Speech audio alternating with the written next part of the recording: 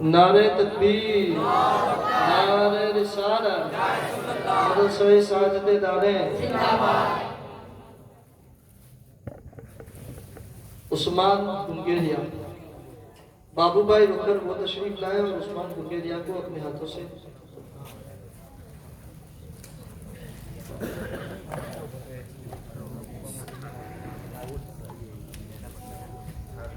نعرہ تکبیر، نعرہ رسالت، مدرسہ سعادت دارین۔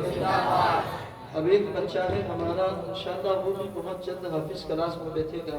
ہمارے ایک مرحوم کا بچہ ہے جس نے کافی اچھی ہماری مسجد اور مدرسے کی خدمت کی، مرحوم جاوید، ان کا بیٹا صوبہ۔ تو جاکر بھائی رک کر میں آپ سے کہتا ہوں آپ تشریف لائیں۔ نعرہ تکبیر، نعرہ رسالت، مدرسہ سعادت دارین۔ انشاءاللہ ہم ان کو ہمت دینے کی ہمیں ضرورت ہے۔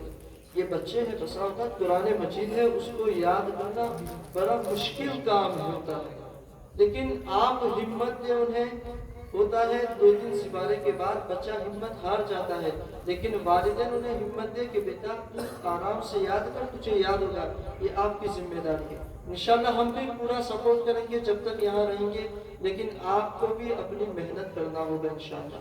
اب آئیے بنا کسی تاخیر آنے والے مہمان حضرت علامہ مولانا سمیع اشرفی صاحب کی بنا کی بارگاہ میں معروضہ پیش کرتا ہوں، آپ تشریف لائیں اور اپنے والہانہ انداز میں واضحانہ نصیحت پیغام ہم سب کو دیں۔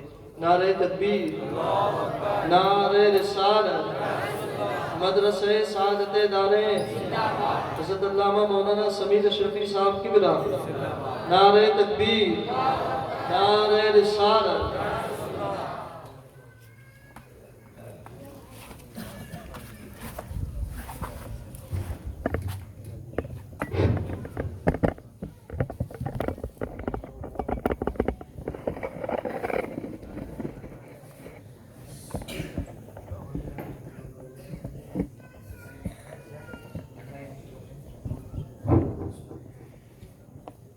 معزز سامعین کرام، السلام علیکم ورحمۃ اللہ وبرکاتہ۔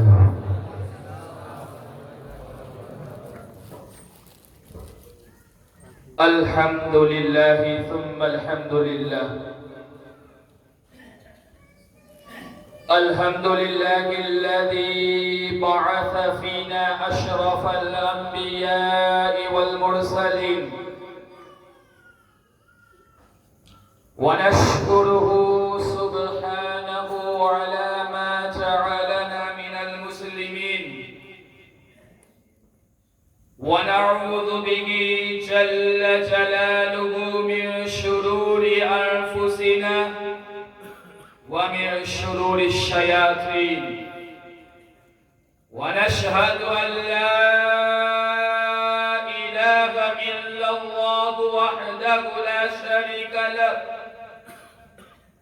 لا شريك له في السماوات ولا في الأرضين،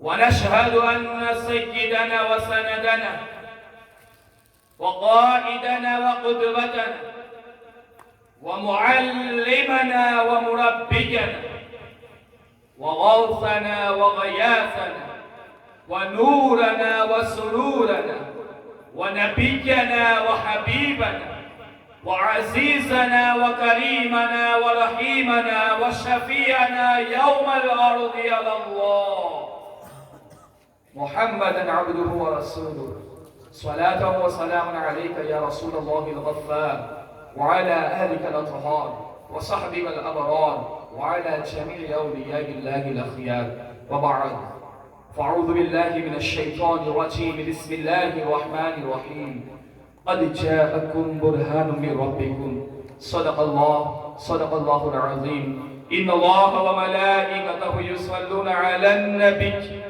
يا أيها الذين آمنوا صلوا عليه وسلموا تسليما، مولانا محمد وعلى آل سيدنا ونبينا ومولانا محمد وبارك وسلم، صلاة وسلام عليك يا رسول اللہ صلی اللہ تعالی علیہ وسلم۔ میں کیا تعریف کروں، الحمدللہ اس جگہ پر کوئی اچھا پڑھا ہو یا نہ پڑھا ہو، آپ بخوبی جانتے ہیں یہاں صرف کھڑا ہونا یہی بہت بڑی بات ہے، یہاں صرف کھڑا ہو جانا یہی بہت بڑی بات ہے۔ بڑے بڑے لوگ یہ کانپنے لگتے ہیں۔ اللہ تعالیٰ ان بچوں کو مزید کامیابی عطا فرمائے، انہیں ترقی عطا فرمائے۔ جو قرآن حافظ ہو رہے اللہ تعالیٰ انہیں مکمل حافظ بنا دے، اور اس گاؤں کے اندر علم کی روشنی سے مالا مال عطا فرمائے۔ مدرسہ سعادت دارین کو دین دنی رات چوگنی ترقی عطا فرمائے، اور اس میں خدمت کرنے والے اساتذہ، عوام اور متولیان حضرات، ٹرسٹی، تمام کی کاوشوں کو اللہ تبارک و تعالیٰ قبول عطا فرمائے۔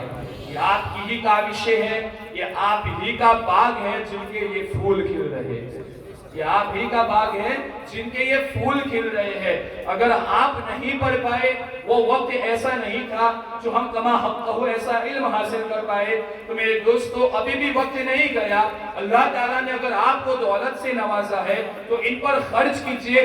یہ قرآن پڑھیں گے، اللہ تعالیٰ تمہاری قبر کو روشن فرمائے گا، اللہ تعالیٰ تمہاری قبر کو روشن فرمائے گا۔ اور قابل مبارکباد ہے یہ اساتذہ کرام، الحمدللہ۔ یہ تو کتنی خوشی کی بات ہے، کتنی خوشی کی بات ہے کہ آپ ہی کے مدرسے سعادت دارین کا ایک بچہ آج آپ کے مصلی پر امامت کر رہا ہے، ان کے استاذ بھی موجود ہیں۔ تو یہ چاہیے کہ دین ایک ایسا ماحول بیدار ہو جائے۔ آج ہر ماں باپ یہ چاہتے ہیں کہ میرا بچہ میری تعظیم کرے، میری عزت کرے، میری قدر کرے، نیک راہ پر ہو۔ ہر کسی ماں باپ کی یہ تمنا، پوری زندگی کی کمر، کوئی 10 سال انگلینڈ رہا، 15 سال افریقہ میں رہا، یہ کالے لوگ ان کی بندوقوں کے نوک کے نیچے رہ کر یہ روزی کمانے جانے والے ان مجاہدین کے اولاد کے بارے میں یہ ماں باپ یہ سوچتے ہیں کہ میرا بچہ نیک ہو، میرا بچہ صالح ہو۔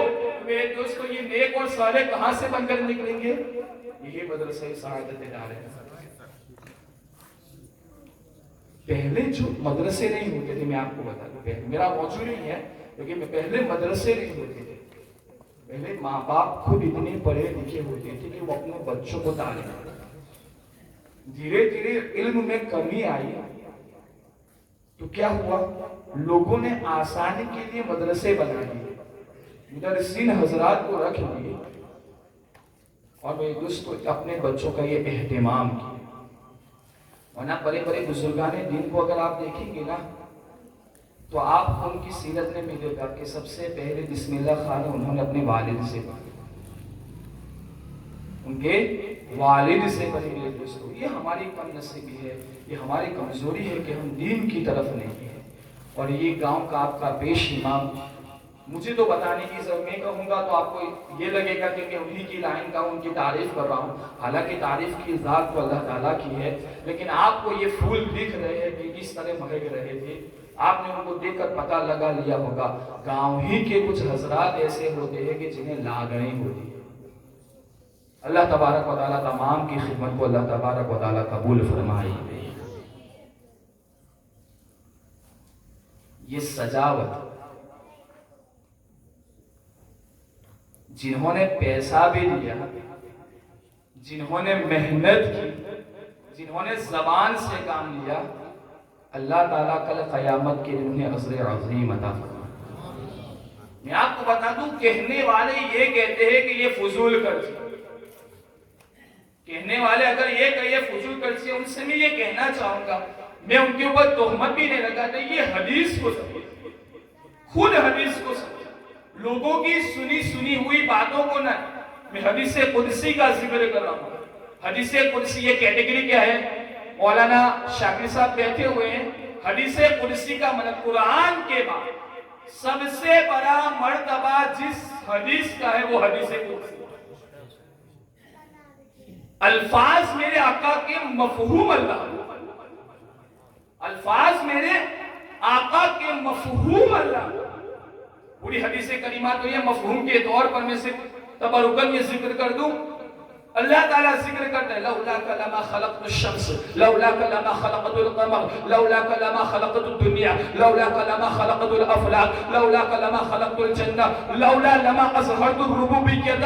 میرا رب یہ فرماتا ہے اے محبوب اگر تمہیں پیدا کرنا مقصود نہ ہوتا تو نہ میں زمین کو پیدا کرتا نہ آسمان کو پیدا کرتا نہ چاند و سورج کو پیدا کرتا نہ ستاروں کو پیدا کرتا نہ دریاؤں کو پیدا کرتا نہ جنت کو پیدا کرتا. کسی چیز کو اللہ تعالیٰ پیدا نہیں فرماتا یہاں تک کہ محبوب اگر تمہیں پیدا کرنا مقصود نہ ہوتا لولا لما اظہرت الربوبیت میں اپنے رب ہونے کا اظہار بھی نہیں فرماتا میں اپنے رب ہونے کا اظہار بھی نہیں فرماتا. پتا کیا چلا اللہ تعالیٰ نے زمین کو پیدا کیا نبی کے صدقے آسمان کو پیدا کیا نبی کے صدقے چاند و سورج کے بلب جلائے نبی کے صدقے ستاروں کی کنڈیلیں لگائی نبی کے صدقے جنت جیسی ایسی جگہ ہمیں نصیب عطا فرمائی یہ نبی کے صدقے یہ ساری نعمتیں اللہ تعالیٰ نے ہمیں دی نبی کے صدقے. زمین و زمان تمہارے لیے مکین و مکا تمہارے لیے بنے دو جہاں تمہارے لیے ہم آئے یہاں تمہارے لیے اٹھے بھی وہاں تمہارے لیے. تو اللہ نے رسول کے آنے کے صدقے یہ ساری کائنات کو پیدا کیا زمین کے فرش کو بچھایا آسمان کے سامیانے کو لگایا چاند و سورج کے بلبوں کو جلایا یہ ستاروں کی کنڈیلیں لگائی. یہ تو میرے رب کی سنت ہے کہ ہم اپنی مسجدوں کو سجائیں. یہ تو میرے رب کی سنت ہے کہ ہم یہ بلبوں کو سجا رہے ہیں اس گھروں کو سجا رہے ہیں کیونکہ نبی کا ہی تو صدقہ ہے کہ اللہ تعالیٰ نے یہ پوری کائنات کو سجا دیا ہے. تو اللہ تعالیٰ جن لوگوں نے اس مسجد و مدارس اور اپنے گھر کو سجایا اللہ تعالیٰ ان کے دلوں کو بھی سجا. یہ تبرکن ہر سال یہ بیداری آپ کے اندر ہونی چاہیے. کسی کے کہنے کی ضرورت ہے حدیث قدسی ہے جو انکار کرتی ان سے بھی میں کہنا چاہتا ہوں یہ ایسی حدیثوں کو پڑھے. فضول خرچی اس میں کیسے 6-10 ہزار کا شادیوں میں اسٹیج بناتے ہو وہ فضول خرچی نہیں. ناجائز امور پر جو خرچ کرتے ہو وہ فضول خرچی نہیں. واقعی تمہارا تقوی اتنا ہے تو صرف 2 جوڑا کپڑا رکھو زندگی بسر کرو. کباڑ بڑھ کے کپڑے رکھنے کی ضرورت کیا زیادہ رکھنا یہ فضول خرچی. ہمارا تقوی غوث پاک جیسا نہیں غریب نواز جیسا نہیں. میرے دوستوں میں بتانا یہ چاہتا ہوں نہ ہم اپنی عبادتوں پر بھروسہ کرتے ہیں نہ ہم اپنی ریاستوں پر بھروسہ کرتے ہیں نہ ہم اپنے سجدوں پر بھروسہ کرتے ہیں. ہم تو بس ادا اس لیے کرتے ہیں کہ یہ میرے نبی کی آنکھوں کی ٹھنڈک ہے. آج نبی کی آنکھوں کو ٹھنڈک پہنچا دو کل قیامت کے دن میرا نبی ہماری شفاعت فرما دے گا. قیامت کے دن میرا نبی ہماری شفاعت فرما دے گا. ہمارا عقیدہ تو یہ ہے. ورنہ ایک عبادت کرنے والا ایسا بھی ہوا کہ اگر اس کے سجدوں کو زمین پر پھیلا دیا جائے تو اس روئے زمین کا ایک حصہ بھی باقی نہیں رہے گا. لیکن آج لوگ اسے کہتے ہیں اعوذ باللہ من الشیطان الرجیم. ہمیں اپنے سجدوں پر بھروسہ نہیں ہمیں تو محمد کی شفاعت پر بھروسہ ہے. تو اپنے آقا کی شفاعت پر بھروسہ ہے. اور یہاں پر ایک بات دینے کے لیے تو میں بتا دوں میرے آقا مولانا شاہ کے خصوصی طور پر اس نقطے پر میں آپ کی توجہ چاہتا ہوں. حدیثوں میں ذکر ہے میرے آقا. آپ بیدار ہیں نا بیدار ہیں نا ہاتھ اٹھائیے جتنے لوگ سو رہے ہیں جگ رہے الحمدللہ مزہ رہنا زیادہ وقت بھی نہیں. میرے آقا شافعی اول میرے آقا شافعی اول اللہ تعالیٰ نے تمام پیغمبروں کو دعائیں دی. تمام نے دعائیں مانگ لی اپنے امت کی. میرے آقا نے ہمارے لیے ایک دعا باقی رکھی. ہم عاشقوں کے لیے ایک دعا باقی رکھی. کب مانگیں گے میدان محشر. کب مانگیں گے ایک بات ہے کہ قیامت کا دن قیامت کا دن کتنا بڑا ہوگا بتایا آپ کو؟ 50,000 سال کا ایک دن ہوگا. روایتوں میں 50,000 سال کا. آپ کا ایمان ہے کہ نہیں اللہ ہر چیز کو جاننے والا ہے کہ نہیں؟ تو میں کہتا ہوں کہ محشر کو برپا کرنے کی کیا ضرورت؟ جنتی کو جنت میں بھیج دے، دوزخی کو دوزخ میں بھیج دے. اتنے بڑے دین کے اہتمام کرنے کی کیا ضرورت؟ کیا ضرورت؟ اچھا لکھت پڑھائی چاہیے. آج کل ابھی یہ زمانہ ہے کہ لکھت جو ہے اسے مانے. تو 2 فرشتے بھی بٹھا دیا، اچھا لکھنے والا برا لکھنے والا. ضرورت کیا؟ کس چیز کی ضرورت؟ 50,000 سال کا ایک دن. اس جلسے میں تو صرف میرے خیال سے اہل پارکت والے، لیکن میں آپ کو بتا دوں وہ جلسہ تو ایسا جلسہ ہوگا کہ جس کے بعد کوئی جلسہ ہی نہیں. کوئی جلسہ نہیں. 50,000 سال کا ایک دن کا یہ جلسہ 2 گھنٹے 3 گھنٹے ایک دن کا جلسہ نہیں. 3 دن 4 دن 10 دن 40 دن کا اہتمام نہیں. 50,000 سال کے ایک دن کا اہتمام. اور کون ہوگا اس جلسے کے اندر؟ آدم سے لے کر محمد کی جتنی بھی امتیں، تمام مشرکین بھی، موحدین بھی، انبیاء بھی، رسولان اعظام بھی، تمام اولیاء بھی، قطب بھی، اقطاب بھی، اچھے بھی، برے بھی، ماننے والے بھی، نہ ماننے والے بھی، سب ہوں گے. اس وقت میرے آقا ایک سجدہ فرمائیں گے. اتنا لمبا سجدہ ہوگا کہ اللہ تعالیٰ حکم دے گا محمد اپنے سر کو اٹھا لو، تم جو مانگو گے تمہیں عطا کیا جائے گا. جو مانگو گے تمہیں عطا کیا جائے گا. مانگو کیا مانگتے ہو؟ میرے آقا صرف شفیع المذنبین نہیں، گناہوں کی شفاعت فرمانے والے نہیں. آپ شافع اول ہیں. تفسیروں کے بزرگوں کی بات کر رہا ہوں. آپ شافع اول ہیں کیونکہ شفاعت کا جو تالا ہے، شفاعت کا جو دروازہ ہے، وہ دروازہ میرے آقا کھولیں گے.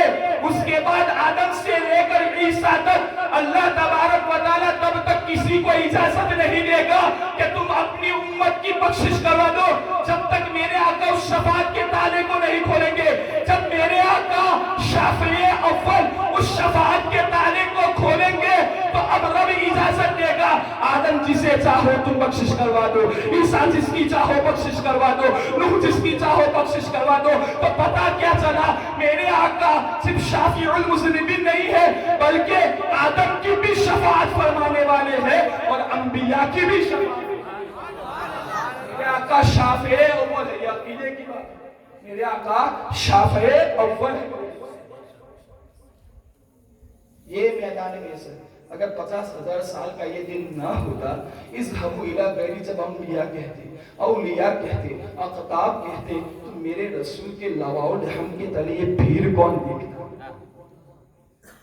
پھولے صراط سے بچاتا ہوا کون دیکھتا؟ آب کوثر پر گناہگار ہم جیسے لوگوں کو پانی پلاتا کون دیکھتا؟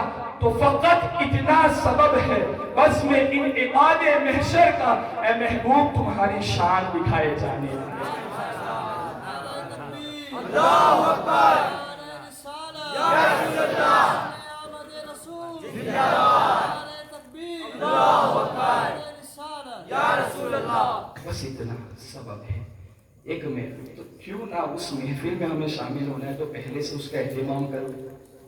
ابھی سے تعریف سنو. اور میرے دوستو اس وقت تعریف کرنے والا میرا رب ہوگا، سننے والے انبیاء جیسی جماعت ہوگی. تو پریکٹس ہم ابھی سے ہی کر لیں میرے دوستو.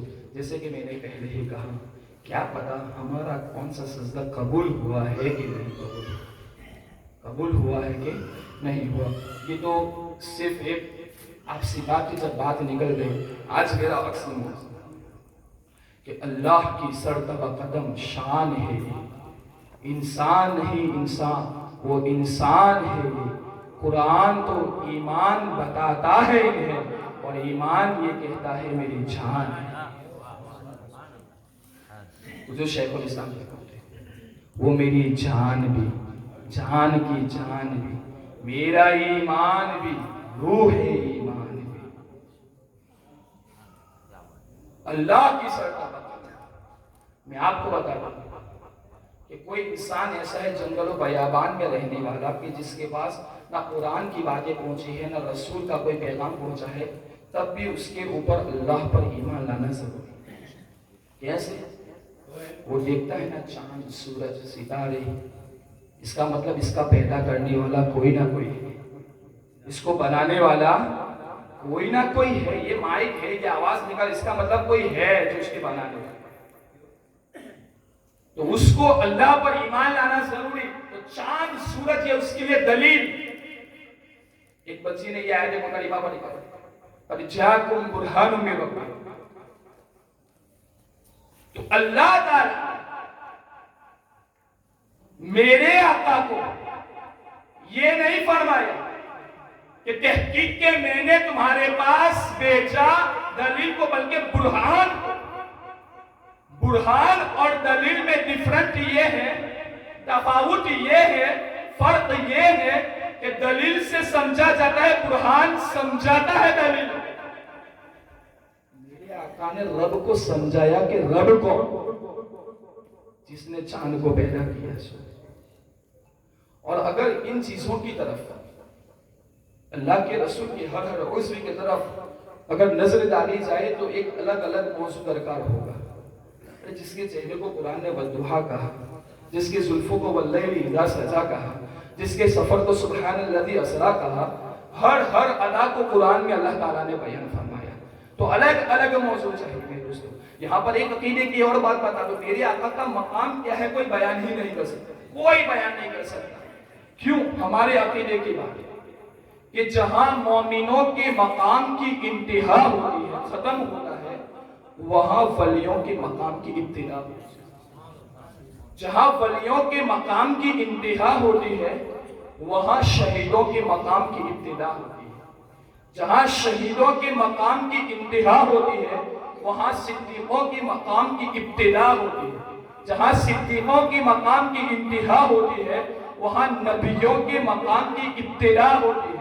جہاں نبیوں کے مقام کی انتہا ہوتی ہے، وہاں رسولوں کے مقام کی ابتدا ہوتی ہے۔ جہاں رسولوں کے مقام کی انتہا ہوتی ہے، اولو العزم رسولان کرام کے مقام کی ابتدا ہوتی ہے۔ اور جہاں اولو العزم رسولان اعظام کے مقام کی انتہا ہوتی ہے، وہاں میرے رسول کے مقام کی ابتدا ہوتی ہے۔ تو میرے آقا کو تو سارے لوگ، سارے رسولان اعظام، سارے مومنین، صدیقین، شہداء، تمام کے مقام کی انتہا معلوم، کیونکہ تمام کے مقام کی انتہا ہے، لیکن معلوم میرے آقا کو، لیکن قربان چاہیے میرے آقا پر کہ میرے آقا کے مقام کی ابتدا تو لوگ بیان کر سکتے ہیں، انتہا کیا ہے خدا کے سوا کوئی نہیں بیان کر سکتا۔ یہ ہمارے عقیدے کی بات ہے۔ میرے آقا کے مقام کی بھی انتہا ہے، لیکن خدا کے علاوہ کوئی نہیں جانتا کہ ان کے مقام کی انتہا کیا ہے۔ یہ ہمارے عقیدے کی بات ہے۔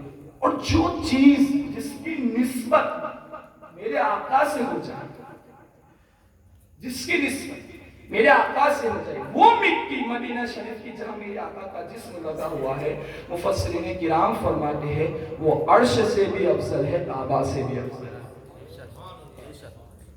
اس مٹی کا ہم ذکر نہیں کرتے۔ تو آؤ میرے پیارے آقا کے اس تبرک کی بات کرو جو ان کے جسم سے جدا ہوا ایک حصہ۔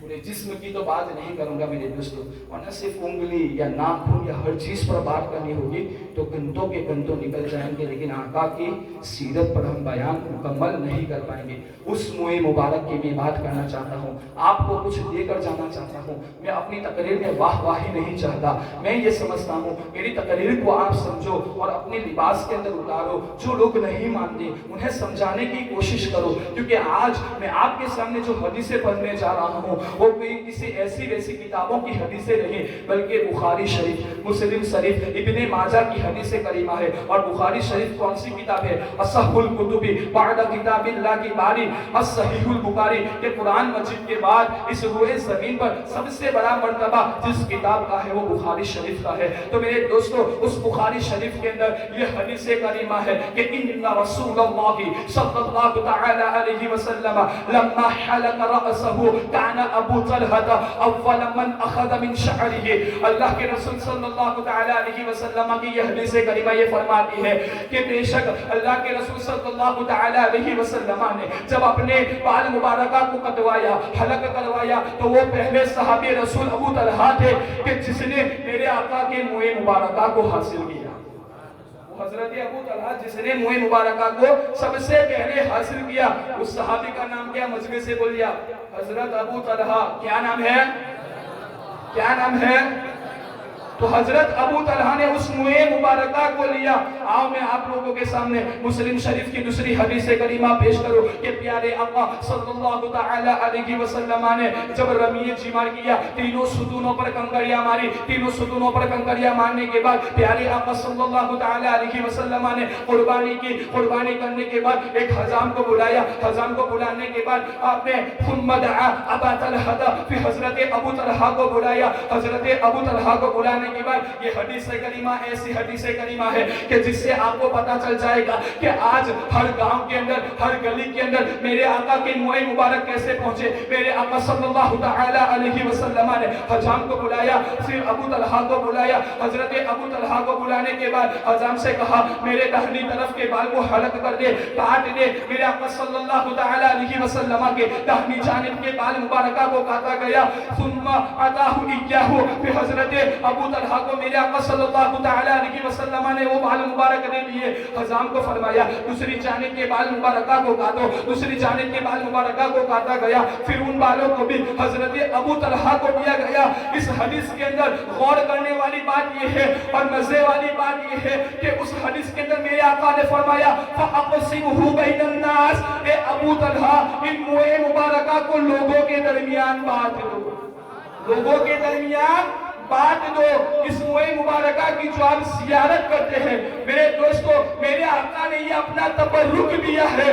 میں آپ سے یہ کہنا چاہتا ہوں اسے ایسا ویسا تبرک نہ سمجھے، صرف فارمیلٹیز کے لیے اس کی زیارت نہ کرے۔ یہ ایسی چیزیں ہیں، ایسے تبرکات ہیں، اگر برسوں سے آپ کی دعائیں قبول نہیں ہوتی تو اس کے صدقے میں آپ یقین کے ساتھ دعا مانگ کر دیکھیے، اللہ تعالیٰ ضرور تمہاری دعاؤں کو قبول فرمائے گا، اللہ تعالیٰ ضرور تمہاری دعاؤں کو قبول فرمائے گا۔ فَأَقْسِمْهُ بَيْنَ النَّاسِ، یہ فرما دیا کہ اس کو لوگوں کے درمیان بات۔ پتہ چل گیا کہ یہ منہ مبارک کہاں سے آئے اور کیسے آئے۔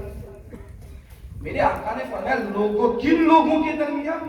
وہ جو قیامت تک آئے تمام لوگوں کے درمیان یہ پہنچتے جائیں گے، کہ یہ میرے آقا کا فرمان ہے۔ ماننے والوں کے لیے اتنا، اور صحابہ کی عقیدت تو دیکھیے، جس چیز سے میرے آقا کو نسبت ہو جائے صحابہ ان کو حاصل ہو جائے۔ جیسے ہم نے دیکھا کہ جب میرے آقا وضو فرماتے تھے ایک قطرہ بھی پانی زمین پر نہیں گرتا تھا، صحابہ اسے اپنے جسم کے ساتھ مل دیا۔ اس دور کے اندر جس چیز کو ہم غلیظ سمجھتے، گھن کرتے، لعاب ہمارا تھوک، لیکن جب کوئی بیمار ہوتا تھا، لاعلاج بیماری ہوتی تھی، میرے آقا پانی میں اپنا لعاب دہن ڈال دیتے، اللہ تعالیٰ انہیں شفا عطا فرماتا۔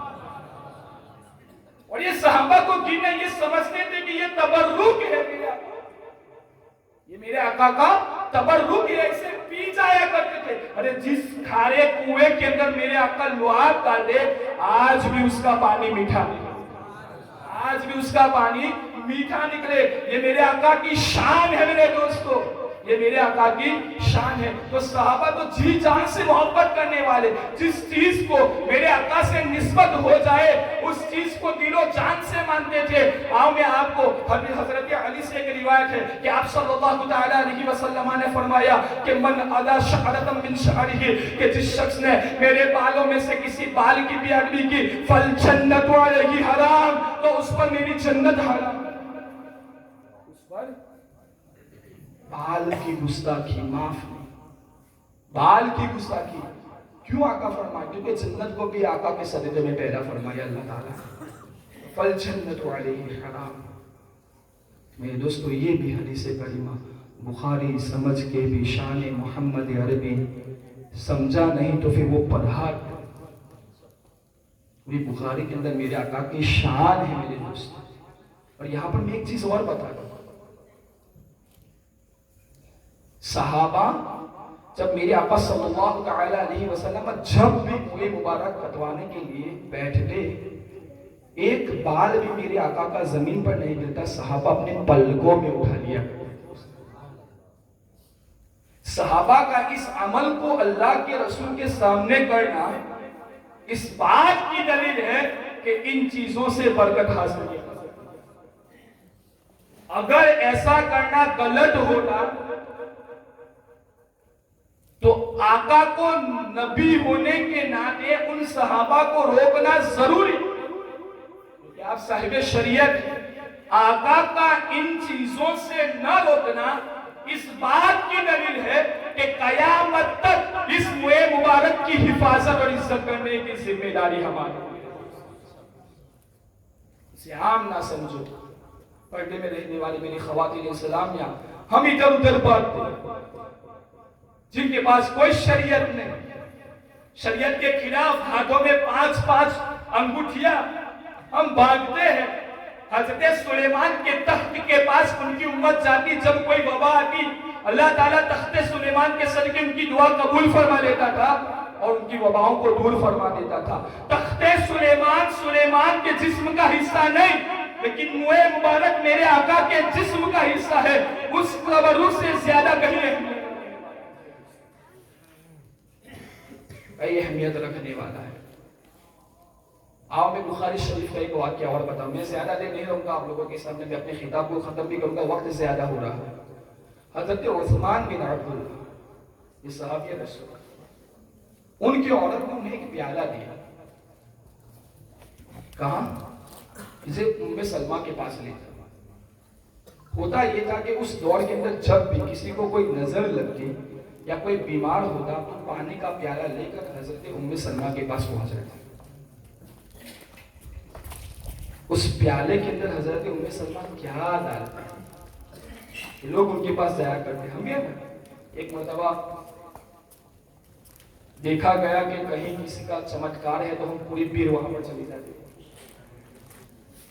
حضرت عثمان بن عبداللہ بخاری شریف کی بات یہ فرماتے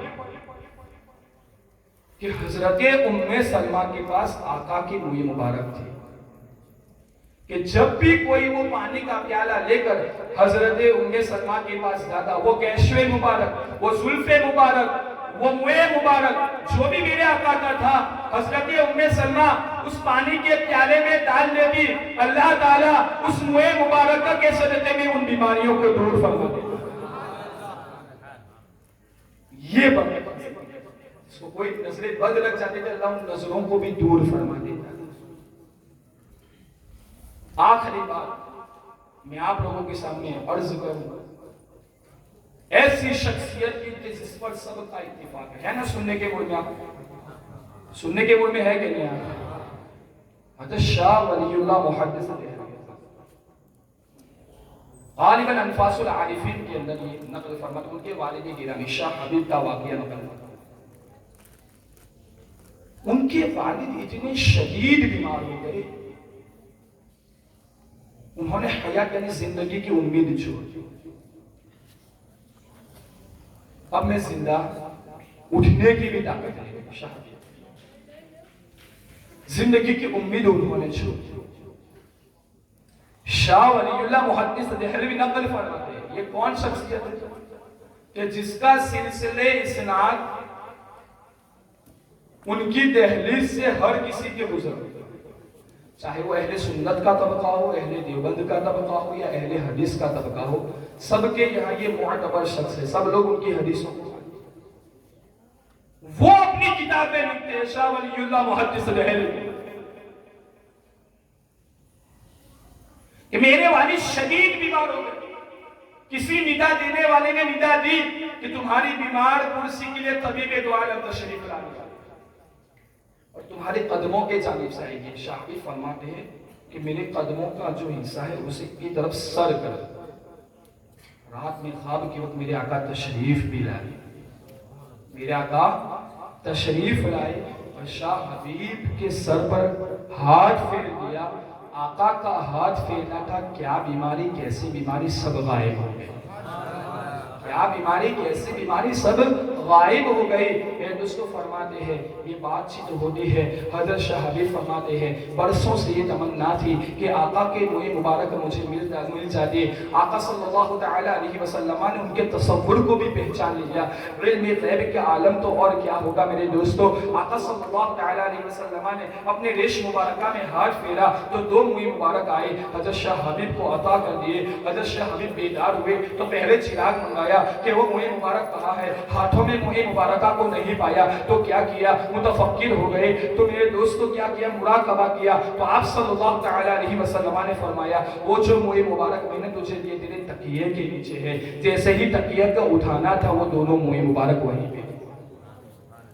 برکت کیا تھی, دونوں موئی مبارک جب رکھے جاتے دونوں ایک ساتھ مل جاتے تھے, نیچے گر جاتے.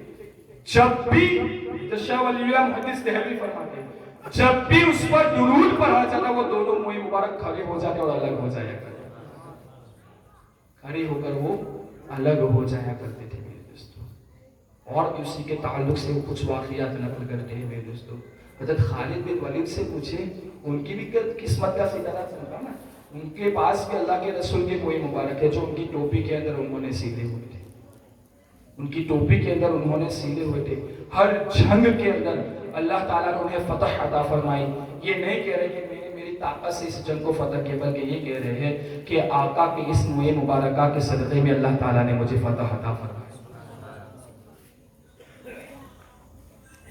میں بتانا بس یہ چاہتا, اس کی فضیلت, اس کی برکت یہ بھی حدیث سے ثابت وفیہ تبرکم بالشعر, اور اس سے برکت بھی حاصل کی جا سکتی. یہ بھی حدیث کریمہ کے الفاظ. صحابہ کے زمانے سے لے کر تابعین, تابعین تبع تابعین, اولیاء, اتباع, غوث, امتی, نیک تمام نے میرے آقا کے موئے مبارک سے برکت حاصل کی. صحابہ کا عقیدہ تو دیکھیے, حضرت انس بن مالک کے پاس کیا نمازیں نہیں تھی, کیا روزے نہیں تھے, کیا عبادت و ریاضت نہیں تھی, نیک اعمال بھی تھے, سب کچھ تھا.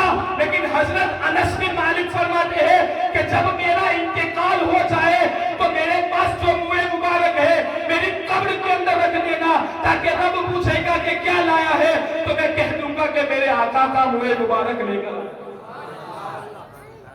صحابی ناخن مبارک کوئی لے کے گیا.